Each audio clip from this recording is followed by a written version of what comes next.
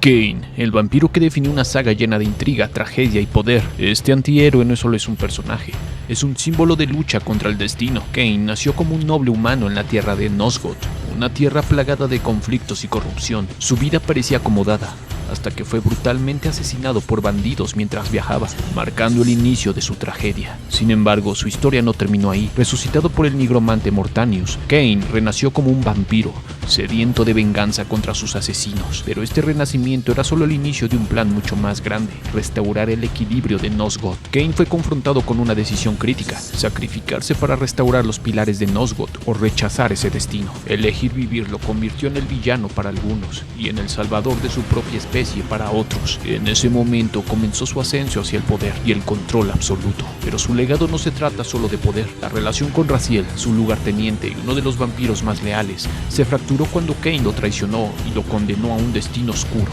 Esto desencadenó una historia de intriga, venganza y redención, donde el destino de Nosgoth siempre pendía de un hilo. Cain es famoso por empuñar la segadora de almas, una espada legendaria capaz de devorar las almas de sus víctimas. Esta arma no solo simboliza su poder, sino también el peso de su destino y las consecuencias de sus acciones. Nosgoth, un mundo oscuro y lleno de secretos, se convirtió en el escenario de su lucha por controlar el destino. A través de cada batalla y decisión, Cain se convirtió en algo más que un vampiro. Se convirtió en el arquitecto de un legado que cambiaría su mundo para siempre. Y aunque Cain es el protagonista principal, su compleja relación con Raziel es el eje emocional que define la saga. Cain es mucho más que un vampiro, es el reflejo de cómo el poder, la ambición y el destino pueden forjar o destruir a alguien. Dale follow y conoce más de esta historia.